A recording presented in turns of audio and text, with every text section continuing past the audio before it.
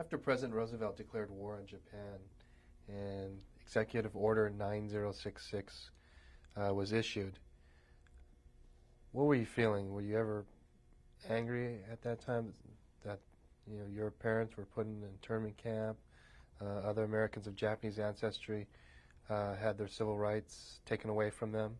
What was going on in your head at that time? My feeling at the time was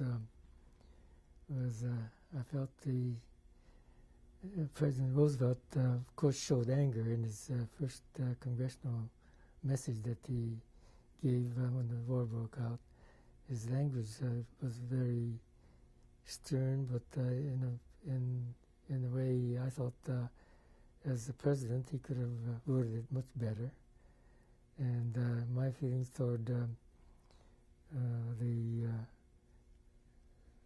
9066, I thought it was very unfair, especially to the Niseis, especially to the veterans that were already out in the field. Like at that time, of course, not very many. Of course, 442 and 100, they had quite a few already.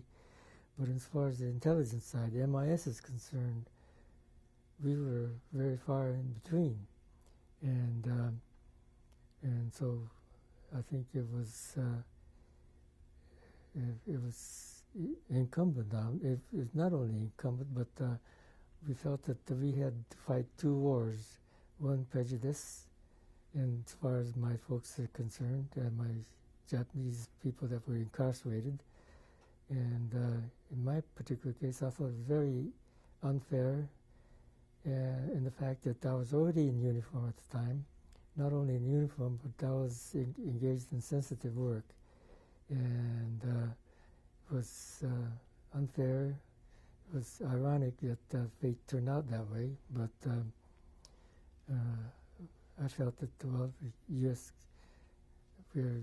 U.S. citizens, and I felt that, well, what the government does, we have to rely on what they do as right and the best for the people concerned. Of course, a lot of cases, a lot of people didn't think that way. Of course, the people that refused to serve. But my feeling at the time was I'm already serving, and we should serve, is how I felt. And so there's a lot of differences in opinion concerning that, but I felt that it's sad that people were incarcerated, but